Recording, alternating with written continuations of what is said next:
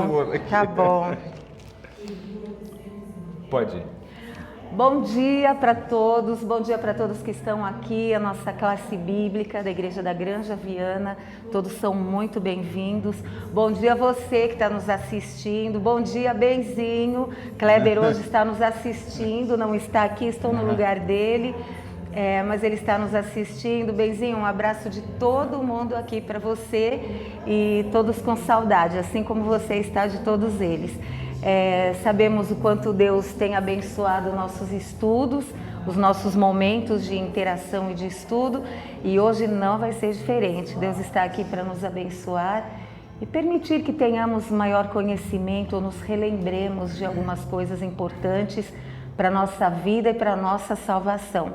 Então, para isso, vamos pedir que Ele esteja aqui entre nós. Dr. Rogério, pode falar ao Senhor? Vamos orar então? Obrigado, Senhor, pelo privilégio de estarmos juntos aqui. Obrigado, Senhor, pela certeza que temos que o Seu Espírito está aqui nesse lugar e alcançando a cada um dos que estão ouvindo à distância, aqueles que vão ouvir essa mensagem gravada. Temos a certeza de que Teu Espírito vai trazer a mente, iluminar a mente, falar ao coração e à mente de cada um de nós. Amém. Permanece conosco agora. Dá-nos sabedoria para a compreensão e aplicação da Tua Palavra em nossas vidas, em nome de Jesus. Amém. Amém. O tema de hoje é um tema assim que eu gosto muito. Jesus e o propósito. Existe, se a gente for colocar entre filosofias de vidas, né, que uma é de que o mundo foi acontecendo as coisas por acaso e que as coisas acontecem só por acaso, ou existe um propósito nas coisas. E é muito interessante porque quando a gente olha para a natureza, quando a gente olha para a fisiologia humana, quando a gente olha para o universo, o sentido de propósito ele é absurdamente forte, porque tudo tem um propósito. Vai ficar assim, as mensagens entrando a minha. Um propósito. Embora o ser humano frequentemente busque prazer, comida, poder, descobrimos que esses objetivos eles não são tão fortes quanto o propósito. Aqui tem muitas mulheres, né, algumas que já são mães, até avós. O sentimento de busca por prazer, ele fica para lá quando seu filho está doente, por exemplo, né? O filho está doente, você tem vontade de dormir, tem vontade de sair, passear, tem outros desejos, mas ele está doente, o propósito é maior do que as outras necessidades. Então, nós vivemos por um propósito. E quem não vive por um propósito, ele tem dificuldade, porque nós temos uma necessidade humana de ter um propósito na vida. Uma das grandes dificuldades para muitos, ao se adaptar à aposentadoria, ao novo estilo de vida, qual é o propósito, né? Qual o propósito da vida, o que eu vou fazer agora, o que dá sentido para a minha vida. E Jesus ele fala sobre esse propósito. E ele, quando estava se despedindo dos seus discípulos, ele queria deixar bem forte na mente deles qual seria a missão da igreja, qual seria o propósito para que ele estabeleceu aquele grupo de discípulos ali. E ele, como sempre faz, ele ensina por palavras e por atitudes. Jesus sempre ensinou os discípulos a fazer o que ele fazia e não o que ele mandava fazer. E em Lucas 22, 14 a 20 e em João 17, 16 a 18, a gente vai ouvir essa forma que Jesus usou para transmitir aos seus discípulos qual seria o propósito, a missão que ele deixava para eles. Alguém pode ler para a gente? Lucas 22, 14 a 20. Pode ler. Chegada a hora, pôs-se à mesa.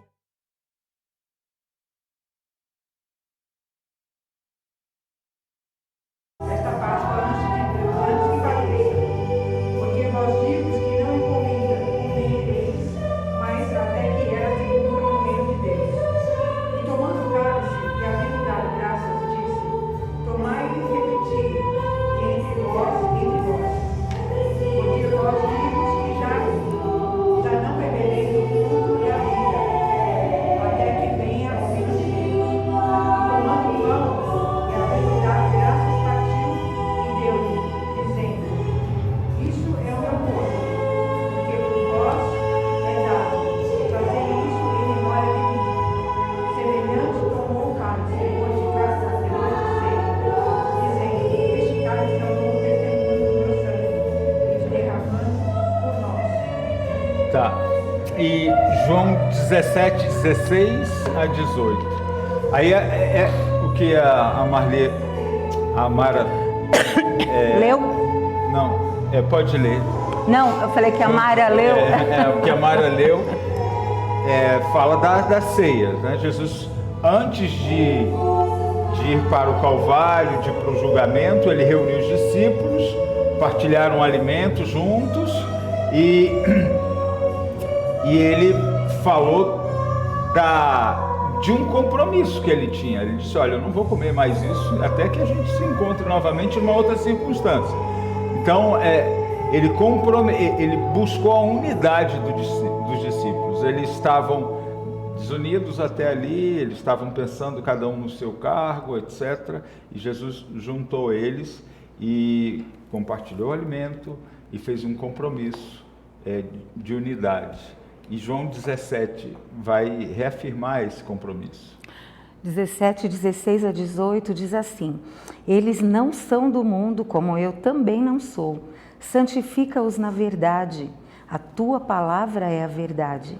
E assim como me enviaste ao mundo, eu os enviei ao mundo. Até o 18, né? Isso, até aqui. Então, Jesus tomou passos para que seus discípulos, preparando-os para a missão. Na última ceia, primeiro, ele demonstrou serventia e humildade ao lavar os pés dos discípulos. Então, cada um estava querendo um cargo melhor, estava querendo uma posição melhor. Jesus foi lá e ele lavou os pés dos discípulos e compartilhou a ceia com eles. E ele demonstrou aí que a vida do cristão é de serviço, é de ajudar, é de não querer tudo para si, mas de servir o todo, servir o corpo dos crentes, né? a igreja. E em João 17 ele vai dizer que a unidade ela é muito importante, porque o mundo não lê a Bíblia, o mundo lê o cristão, ele vê o que nós fazemos. Então, se nós somos desunidos, se nós estamos brigando, nos desentendendo, o mundo vai olhar e vai dizer: não é para mim esse tipo de cristianismo, não serve para mim. Né? E muito importante que uma pessoa é capaz de determinar o que o outro pensa a respeito de uma comunidade inteira. Sim. Por isso Deus falou da unidade. Todos tinham que ter um mesmo comportamento, um mesmo propósito, uma mesma atitude, porque se vem alguém aqui na comunidade e eu a trato mal, ela volta e fala: esse povo não serve para mim, como ele falou, esse tipo de fé não serve para mim, porque eu sou responsável pelo que alguém vai pensar a respeito da minha comunidade toda. A importância da unidade que Jesus falou, olha a importância. E a unidade, ela tinha um propósito, né? Para que nós precisamos estar unidos, com o mesmo propósito, com um sentimento de serviço, né? de ajudar o próximo, de ajudar aqueles que nos cercam. Qual foi a missão que Jesus nos confiou. Atos 1:8. Quer ler, Mirella? Atos 1:8. É bom porque aí todos vão conhecer a sua voz. Minha amiga Mirella, ela mora fora do Brasil, gente, mas hoje ela está passeando aqui. É a filha da nossa querida Zuleika. Atos 1:8. Mas recebereis a virtude do Espírito Santo que há de vir sobre vós, e ser-me-eis testemunhas, tanto em Jerusalém como em toda a Judéia e Samaria, e até os confins da terra. Então, o primeiro ponto aqui de hoje é vocês vão ser testemunhas. O que é testemunha, hein? Eu gosto muito de fazer alguma diferença, porque tem gente que acha que ser cristão é ser advogado de Deus. E qual a diferença entre um advogado de Deus e uma testemunha de Deus? Qual a diferença? O que faz o advogado? Defende, acusa. O que faz a testemunha? Ela vai a favor. Como? Ela vai a favor do outro. O advogado, dependendo do... Né, Não, advogado de defesa. Vou colocar como um advogado de defesa.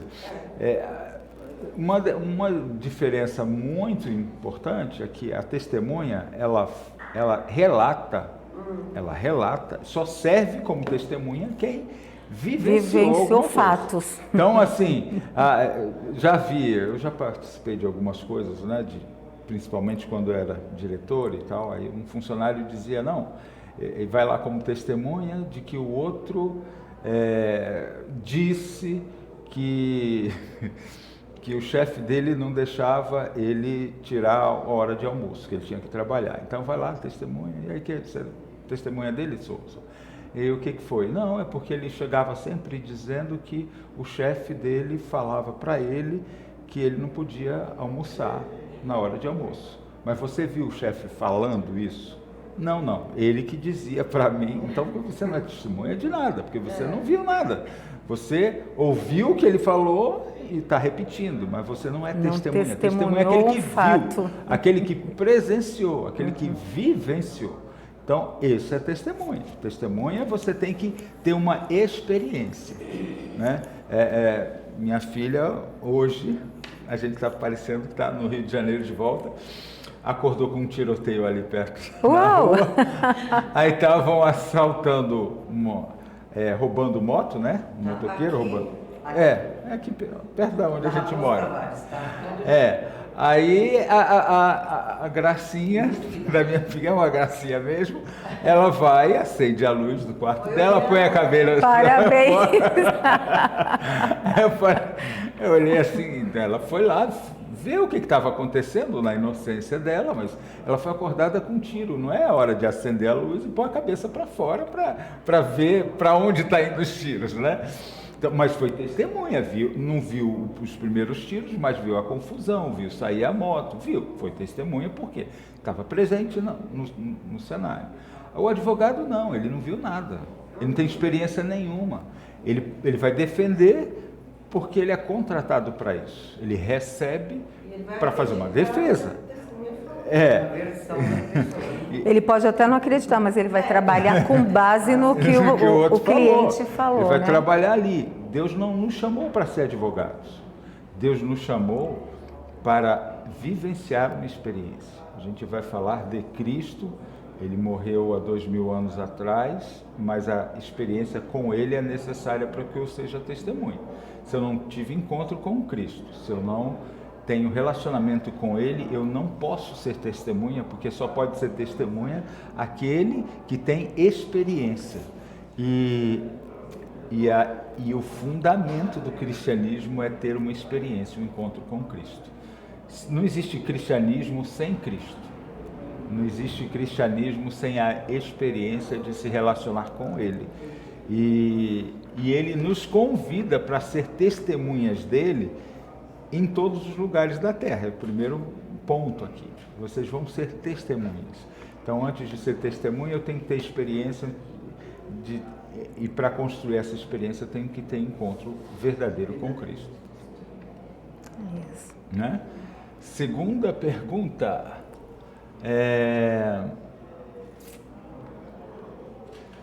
Segundo Coríntios 5, não. Segundo, ele 5:18. vamos ler. Segundo Coríntios 5:18 e já fica aí, lê o 20 também. Tá.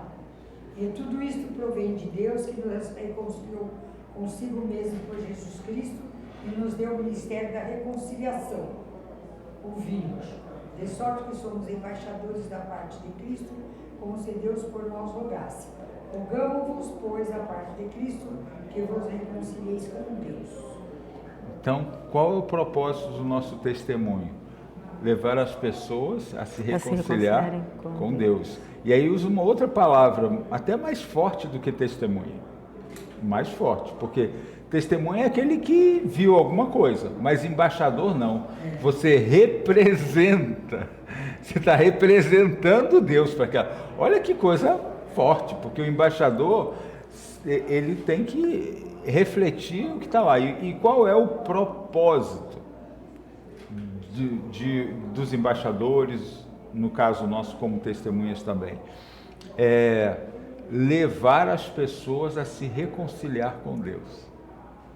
Olha que fundo, né? Gente, propósito é uma coisa incrível. Propósito é algo incrível. E nós somos levados a pensar somente na nossa vida pessoal com relação a propósito. Mas Cristo, Jesus, nos mostra que até a nossa vida pessoal, ela está baseada no propósito de vida que nós temos com Ele. Tem um autor russo que eu gosto muito. Ele tem uns escritos nada a ver. Ele é um escritor, um romancista. Até comentei dele aqui uma vez, Leon Tolstói. E quando ele fez 50 anos, ele entrou na crise existencial que muita gente entra. E agora? Como o doutor falou, o que eu faço da minha vida? E a pergunta que todo mundo faz, né? E agora? Qual é o meu propósito de vida? O que eu vou fazer? Já não tenho filho pequeno, né? Já não estou mais no trabalho que eu estava, eu já não tenho a influência que eu tinha, eu já também não tenho a força que eu tinha, eu não tenho abertura no mercado de trabalho como eu tinha, e agora? E aquela sensação de eu já estou mais para lá do que para cá, é verdade, já vivi mais do que eu vou viver, agora, meu Deus! É triste. Qual é o propósito da minha vida agora? E eu queria muito que todos nós prestássemos muita atenção na proposta de Jesus para nós que está sendo falada hoje, de qual é o propósito da vida, que tem um propósito que vai reger todos os outros. Esse é o propósito que vai reger todos os outros, que não deixa a gente se desesperar, bom dia queridos, que não deixa a gente se desesperar, que não deixa a pessoa ficar com vontade de se matar, que não deixa ela entrar em crise depressiva. Pode passar tranquilamente, tranquilamente. Pode passar. Ainda passa olhando para a câmera porque você é linda. Para que todos vejam. E eu fico muito encantada com Jesus, porque Ele nos dá o caminho para nós não desanimarmos em nenhuma situação da nossa vida. Tudo na vida tem propósito e nós somos embaixadores. E olha, o embaixador, ele fala com a autoridade do chefe de Estado, porque ele está representando o chefe de Estado ali.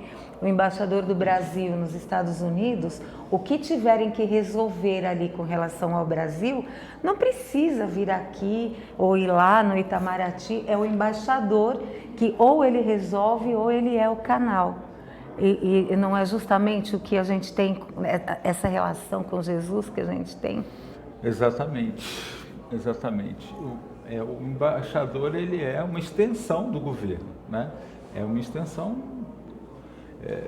E a gente teve agora, o Brasil, né? Teve recentemente 2 problemas sérios em embaixadas, uma na Venezuela e outra na Nicarágua. E agora teve esse encontro aí, os 2 países queriam se juntar aos BRICS e o presidente do Brasil estava lá e disse: não, eles não vão entrar.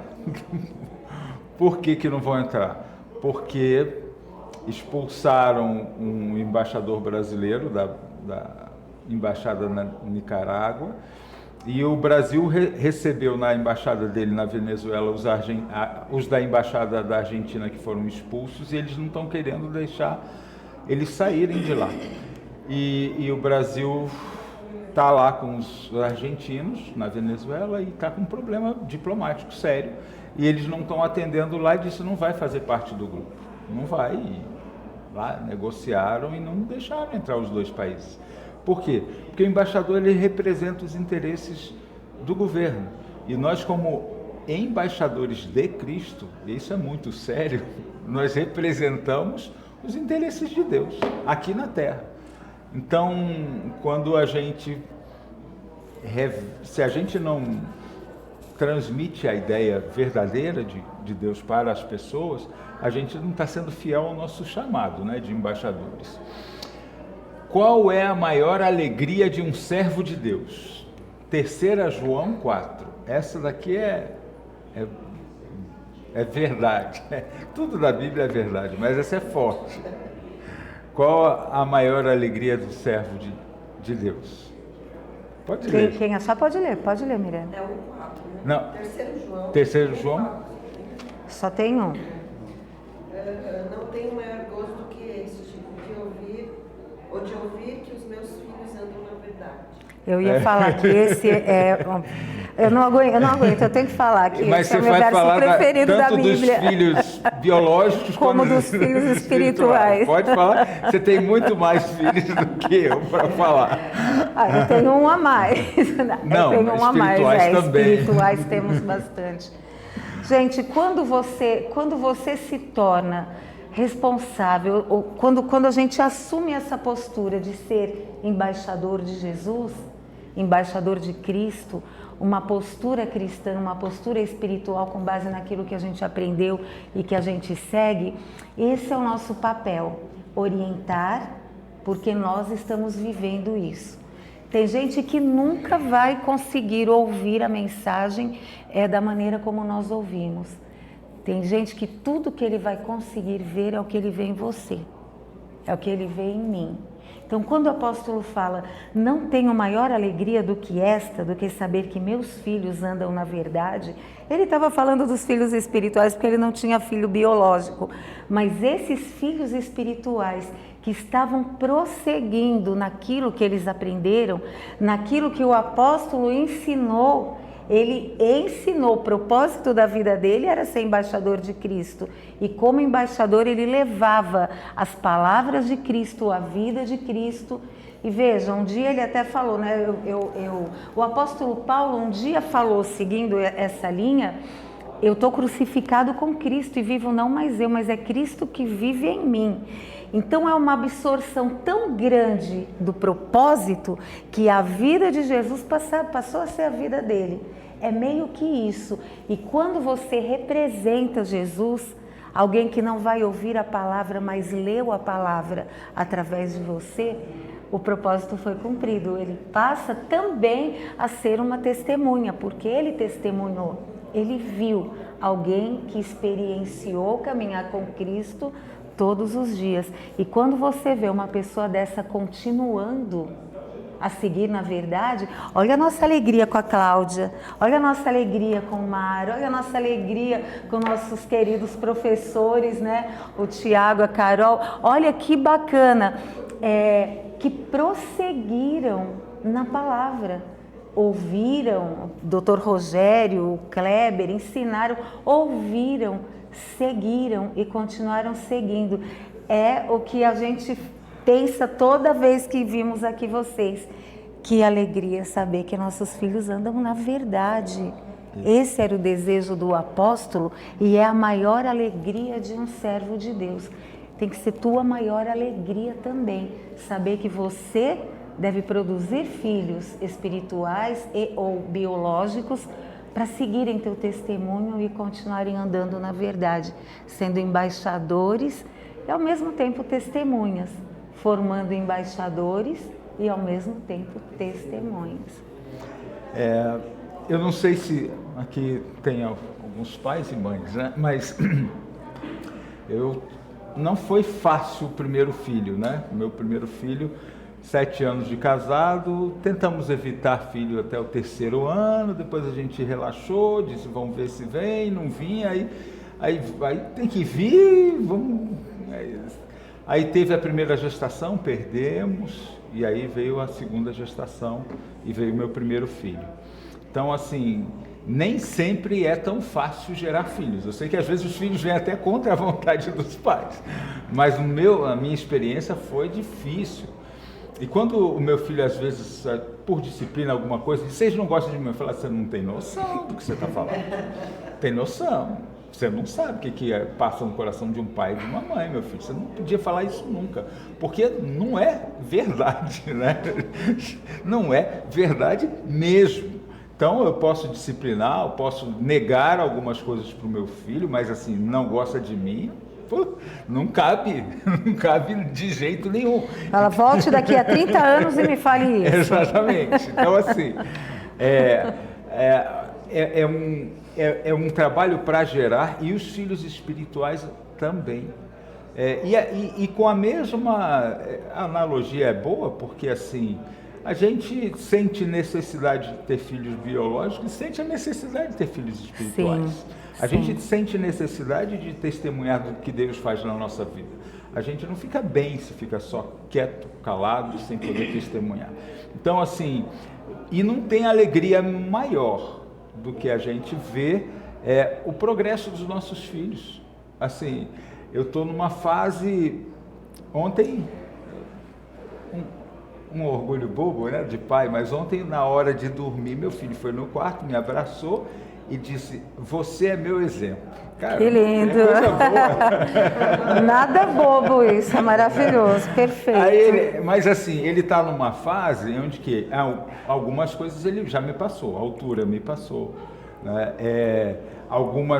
Várias habilidades que ele desenvolveu que eu não tenho, ele fala inglês muito melhor do que eu, ele resolve alguns problemas muito melhor do que eu, tem uma impulsão, ele não corre a quantidade que eu corro, mas 500 metros ele corre de costas e me ganha. A verdade é essa. Ele vira de costas, corre e diz, vem pai. Mas me espera que você vai ver. Aí passou de 1 quilômetro, ele já não aguenta mais. Aí ele que vira Aí eu fala, falo, vem, segue. Então, existe impulsão lá em casa, ele pula, bate com a palma no teto, eu não consigo. No basquete, ele vai lá no aro. Então, assim, você vai vendo o filho passar você em algumas coisas, e é uma sensação muito boa quando você vê o seu filho sendo melhor do que você em algumas coisas, você fica feliz, porque assim, o pai e a mãe querem, normais, saudáveis, querem ver os seus filhos melhores do que eles foram.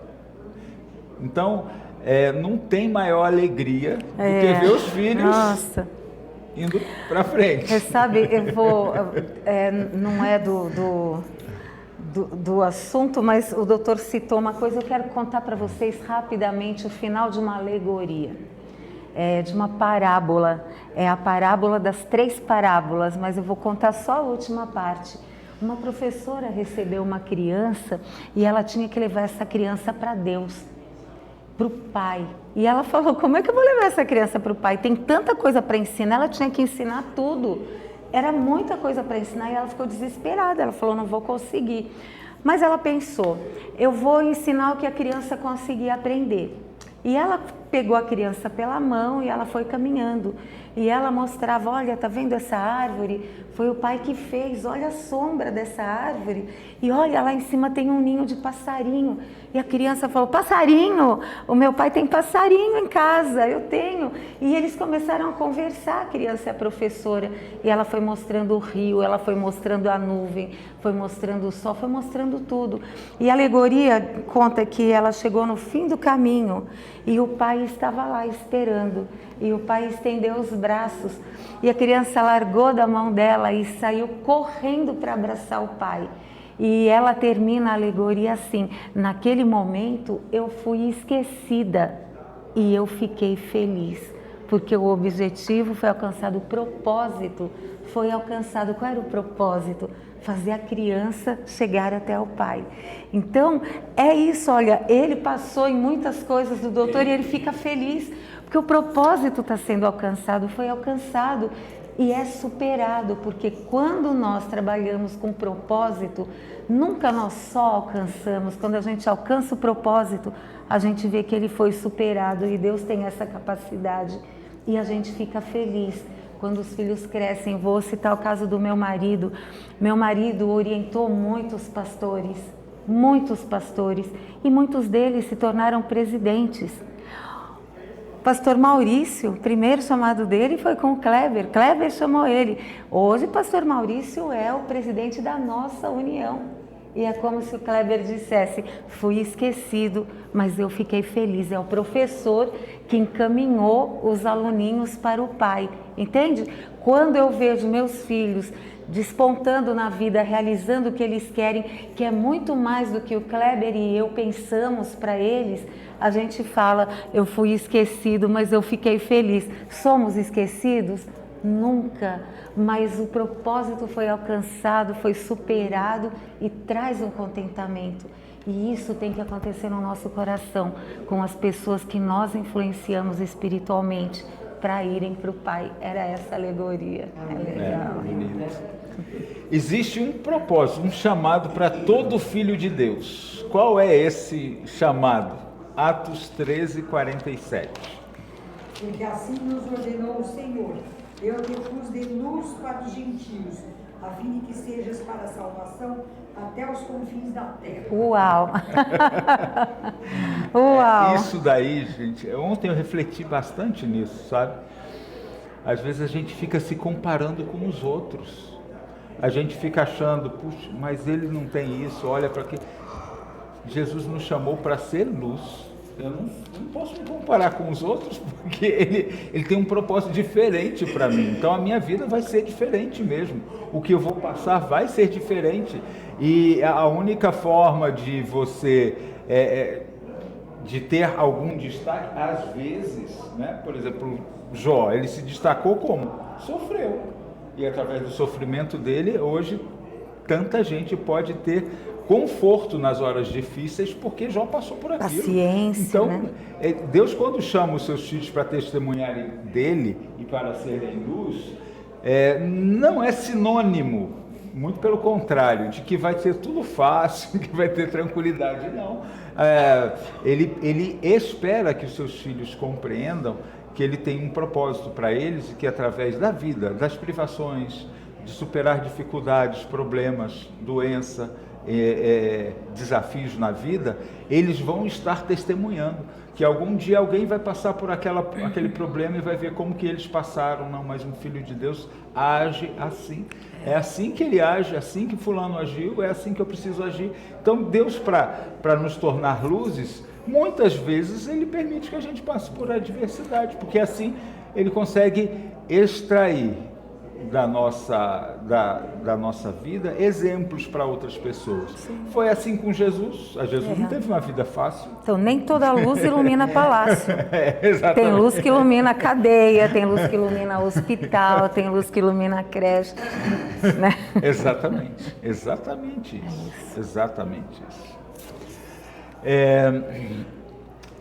Então, como nossa vida pode ser um testemunho ao mundo? Como isso pode acontecer?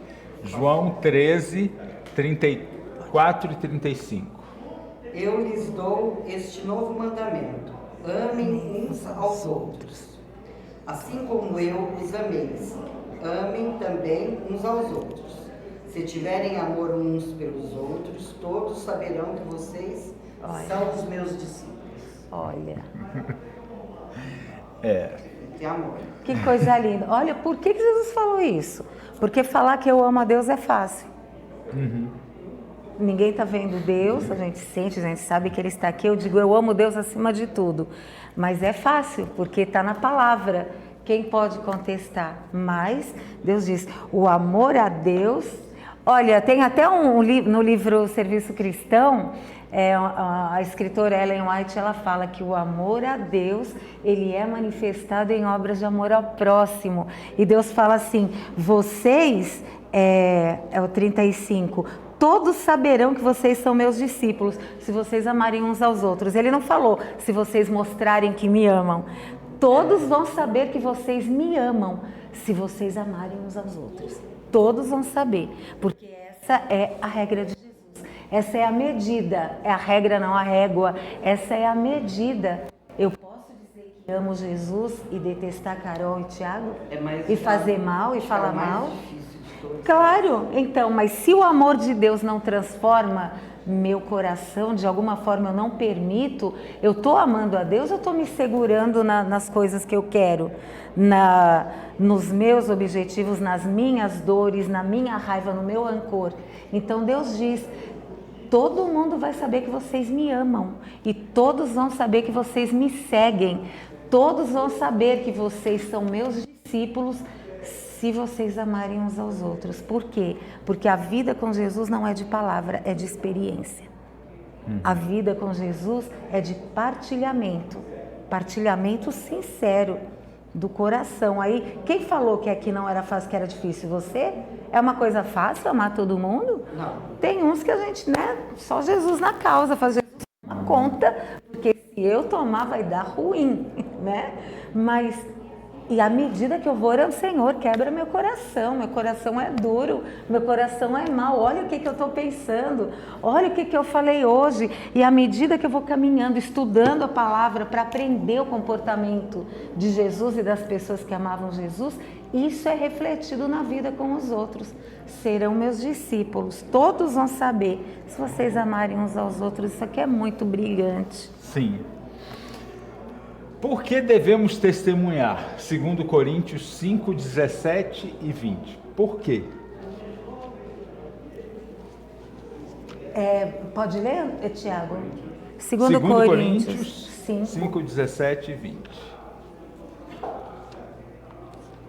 5, 17 17 e 20. E assim, se alguém está em Cristo, é nova criatura. As coisas antigas já passaram, eis que se fizeram novas. E o 20 é: de sorte que somos embaixadores em nome de Cristo, como se Deus exortasse por nosso intermédio. Em nome de Cristo, pois, rogamos que vos reconcilieis com Deus. Nós já falamos desse conceito de embaixador, né? Nós fazemos em nome de Cristo.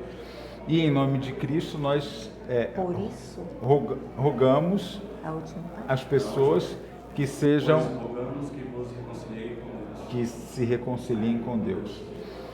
Eu acho interessante que muitas vezes eu faço com os meus pacientes sempre oração na hora da cirurgia.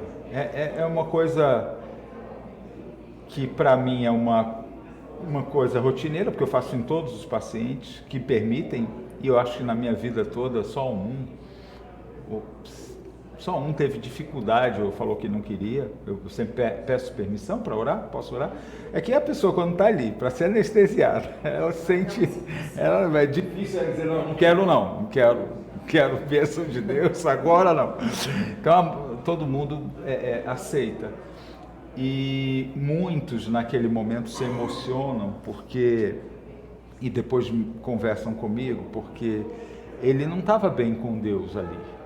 E ali, num momento difícil, de incerteza, de insegurança, quando eu proponho, posso orar por você, ele sente essa necessidade, a gente ora, e ali, naquele momento, a pessoa se reconcilia com Deus.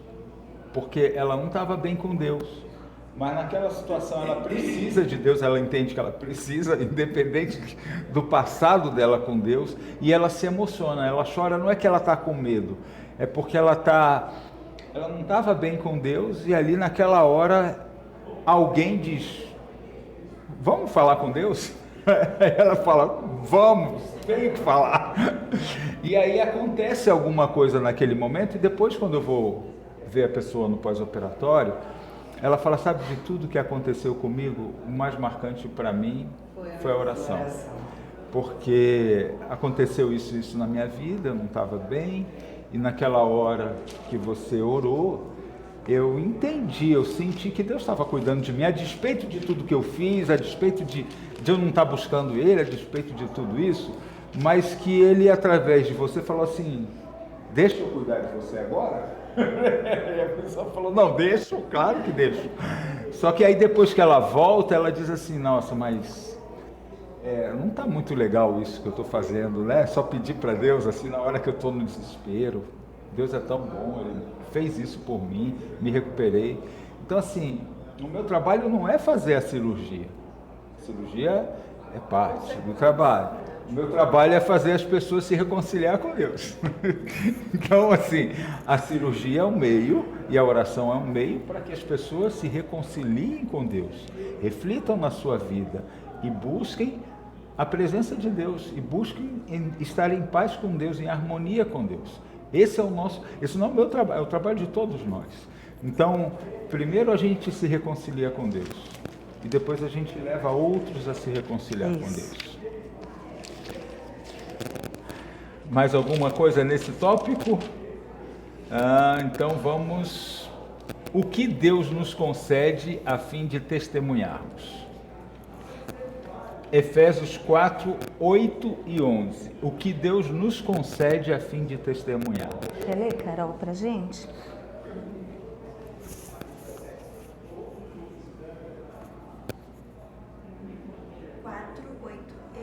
Isso. Por isso diz, quando ele subiu às alturas, levou o cativo e cativeiro, e concedeu dons aos homens. 11. E ele mesmo concedeu uns para apóstolos, outros para profetas, outros para evangelistas e outros para pastores e mestres. É isso. Todo mundo vai fazer a mesma coisa, Marli? Não, de jeito nenhum. O senhor é médico e eu não sou. A Mirella é chefe, eu não sou. A Zuleika arrebenta aqui no nosso café da manhã e eu não. Né? Então, assim, meu pão é gostoso, mas é uma coisa. O professor Tiago e a Carol são professores de atividade física, educação física, com especialidade stop. Eu não. O Kleber é um pastor, e o doutor Rogério também, doutor e pastor. E eu não, você não, né? Então, cada um tem uma habilidade. Você fala, qual é a sua profissão? Em que você é formada? Assim, naquilo que você trabalha. Com problemas de clientes. Olha aí. Bom, a gente é meio parecido. Nós somos meio parecidas. Entende? Cada um tem sua habilidade. Alguns Deus deu o dom de professor, outro dom de curar, é o dom do médico, né? O dom do ensino, o dom de ministrar. Deus distribuiu, porque senão todo mundo ia ficar num lugar fazendo a mesma coisa, ninguém cresceria. Nós precisamos de habilidades variadas para a gente crescer, né? Claro. E de repente, a gente tem um dom que a gente nem sabe. Verdade? A gente precisa estar aberto para desenvolver alguma coisa e ter um propósito, alguma coisa, porque eu nunca cozinhei, eu nunca precisei cozinhar porque minha mãe sempre cozinhou muito bem. E de repente eu mudei a minha carreira por conta de um propósito e que eu nem sabia fazer nada, mas eu me coloquei à disposição de aprender, de absorver, fui estudar e tudo mais. E hoje eu adoro, porque eu tenho um propósito. O principal de tudo foi o propósito, não foi eu saber ou não. Né? Então, tem isso também. Então, às vezes a gente nem sabe o que a gente pode ser capaz. A gente tem que estar aberto para ser usado. Muito bom. Muito bom. E cada um tem um dom, isso é importante. Algumas pessoas têm dificuldades de reconhecer ou de entender qual é aquele dom que Deus deu para ele fazer, o trabalho dele. Mas todo mundo tem um dom. Tem pelo menos um, pelo né? menos um dom. Pelo menos um dom. Tem gente que tem muitos dons. Mas e o importante que é a nossa, assim, Deus deu esse dom para você. E vamos falar aqui, Deus deu um dom para o Robson. Ele precisa identificar qual é esse dom e precisa trabalhar para que ele se desenvolva, porque Deus nunca dá um dom pronto, no máximo. Não existe isso.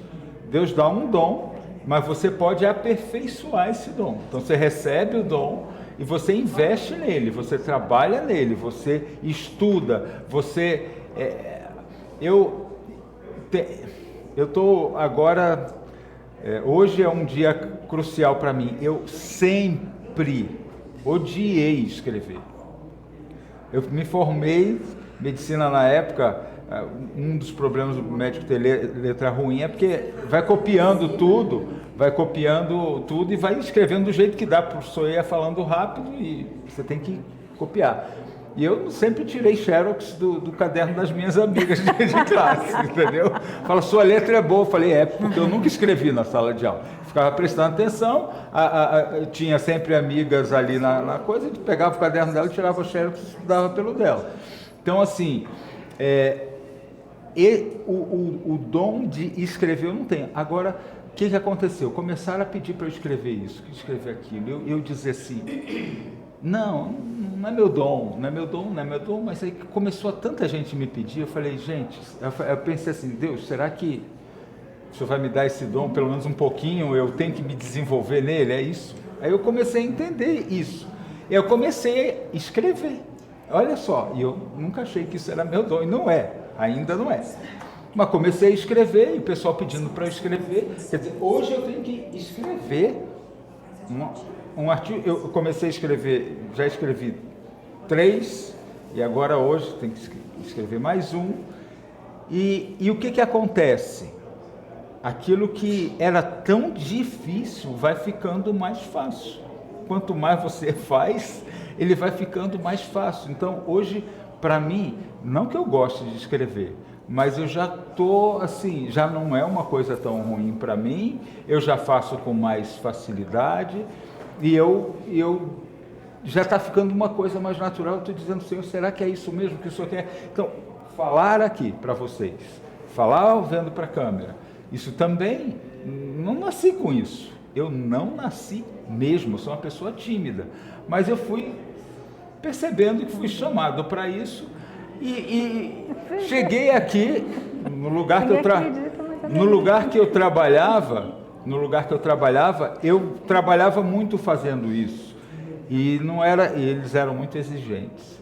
E aí eu cheguei aqui na Granja, o Ângelo, o Leandro chegaram, Rogério, vamos gravar, você falando? Eu falei, Senhor, o Senhor não quer que eu perca esse dom?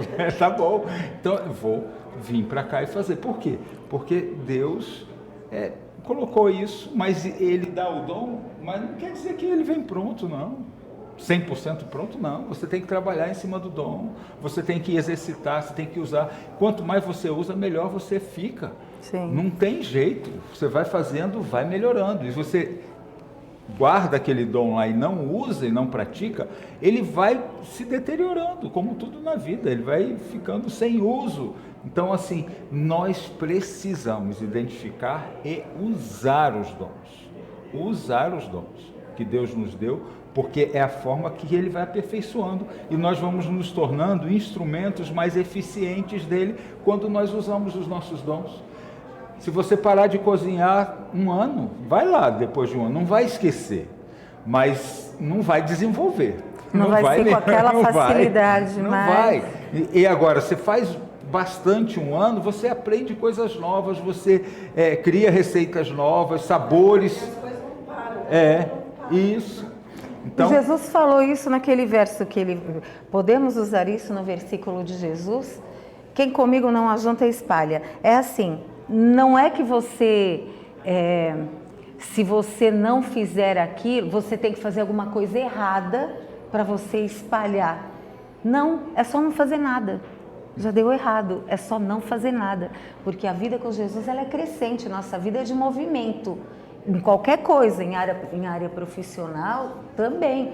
Se você para, alguém vai passar de você, porque todo mundo está correndo. Então, não precisa fazer alguma coisa contra, é só não fazer nada.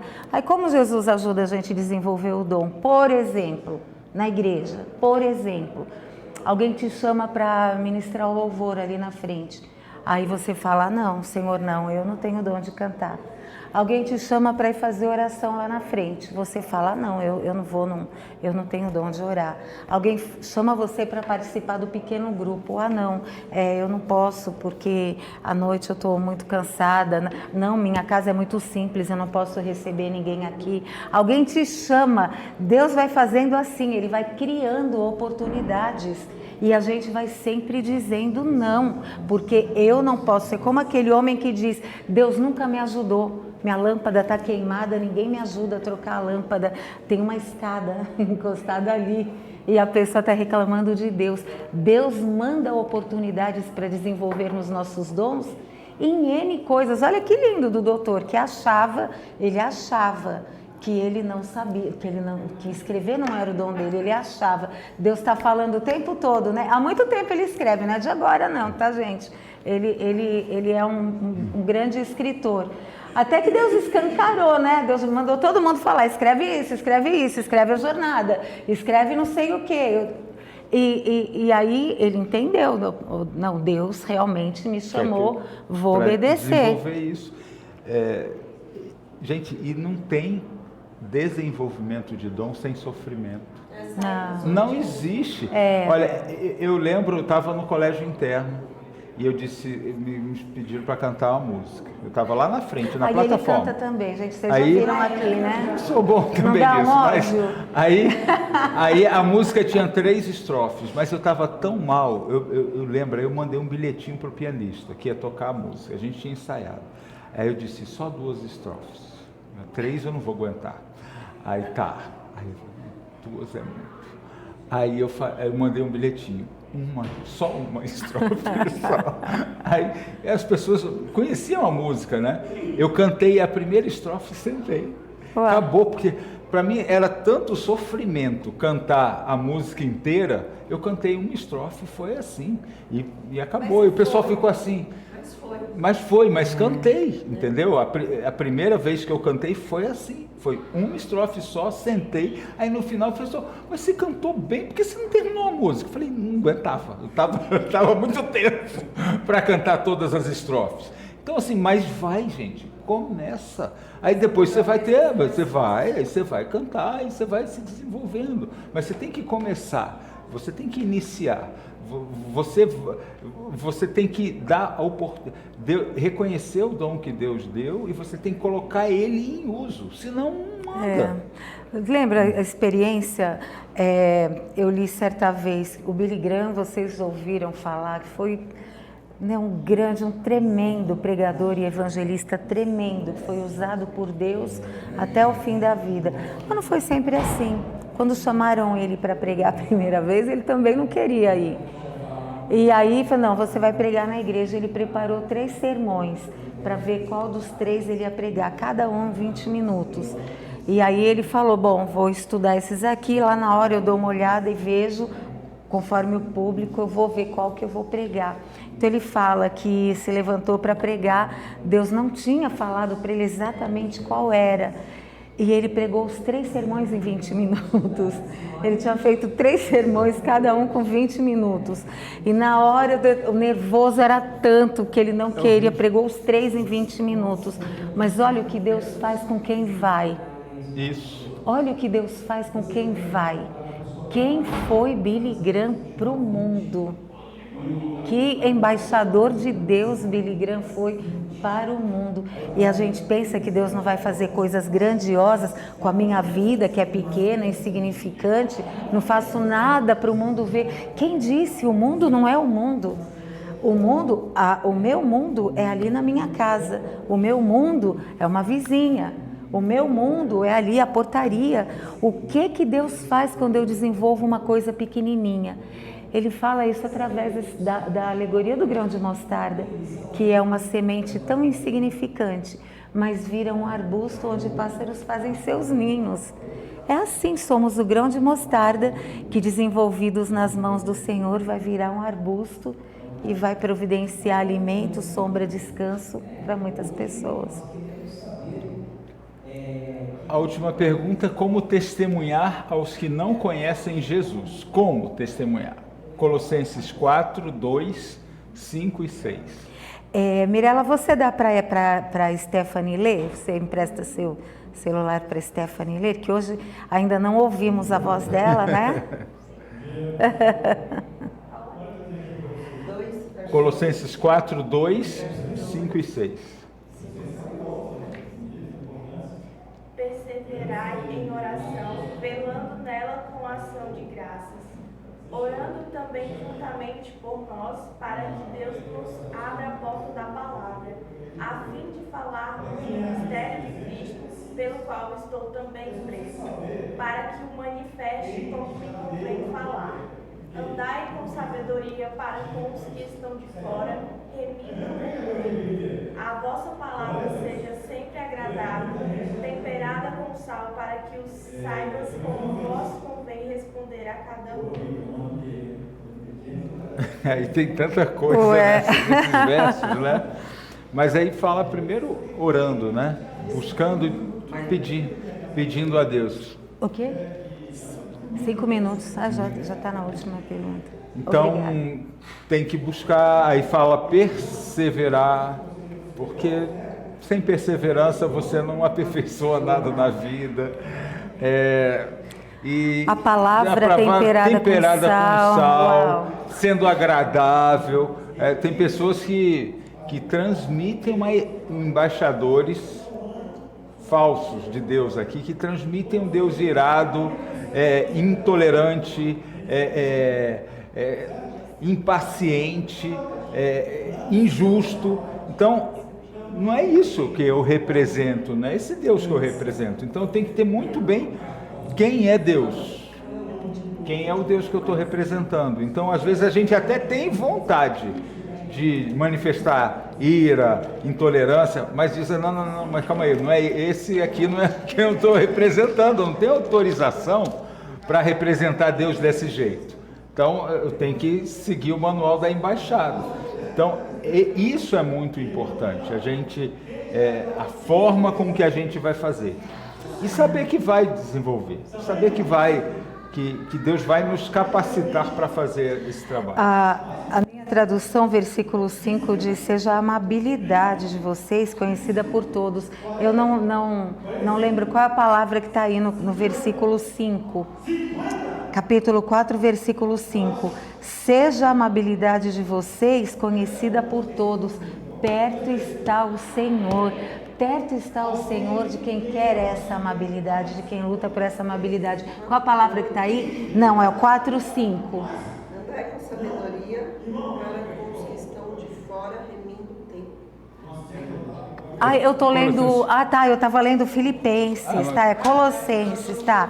4, 2, ok. Mas tá bom, tá valendo isso, cabe muito.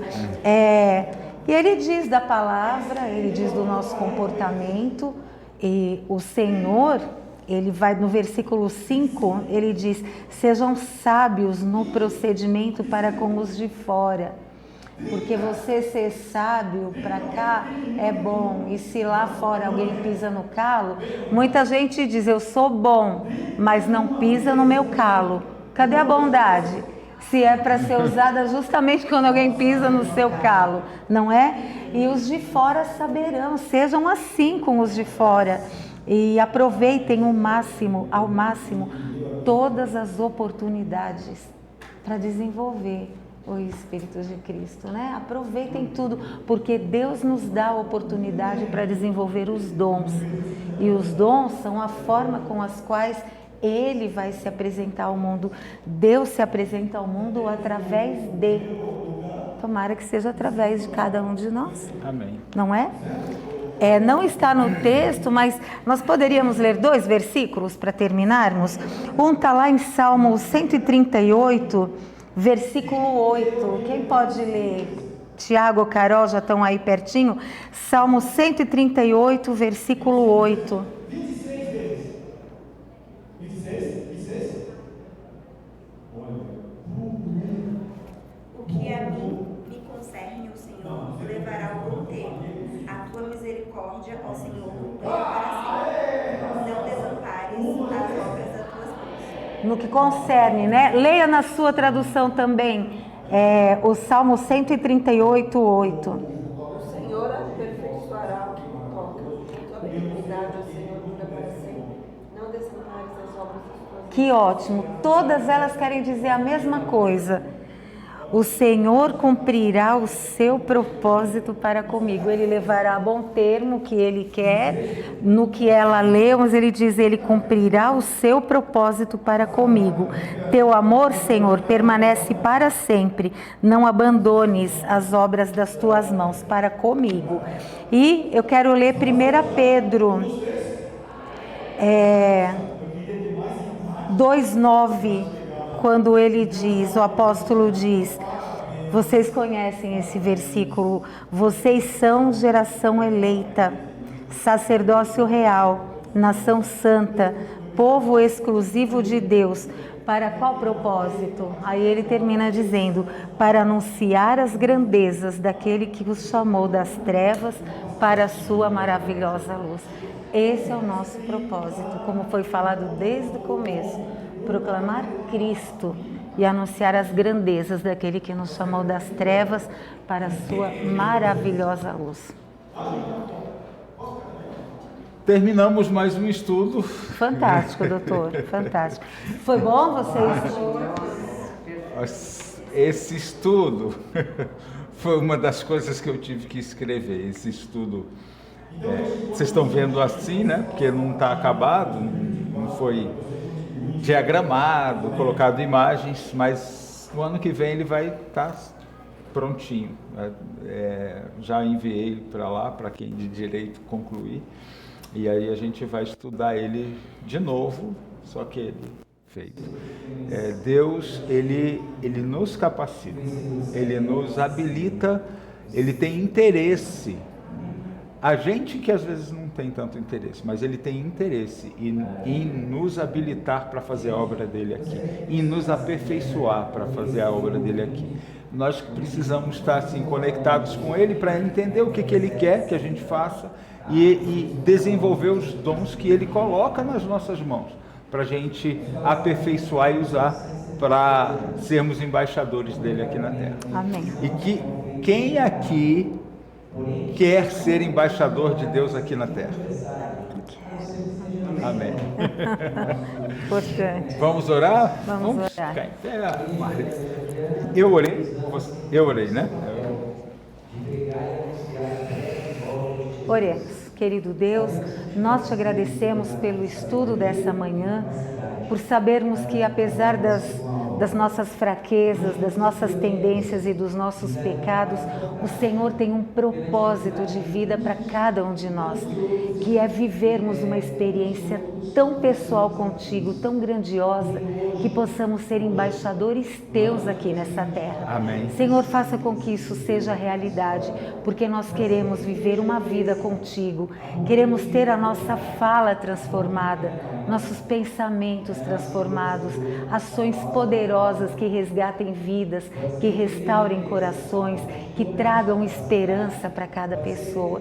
Nos abençoa, permita que isso seja o nosso desejo, que essa seja a nossa oração e que o Espírito do Senhor possa nos ensinar todos os dias ao estudarmos a Tua Palavra. Nos dá um restante de sábado feliz, continuaremos aqui na Tua presença, em nome de Jesus. Amém. Amém. Feliz sábado a todos, até nosso próximo encontro. Isso.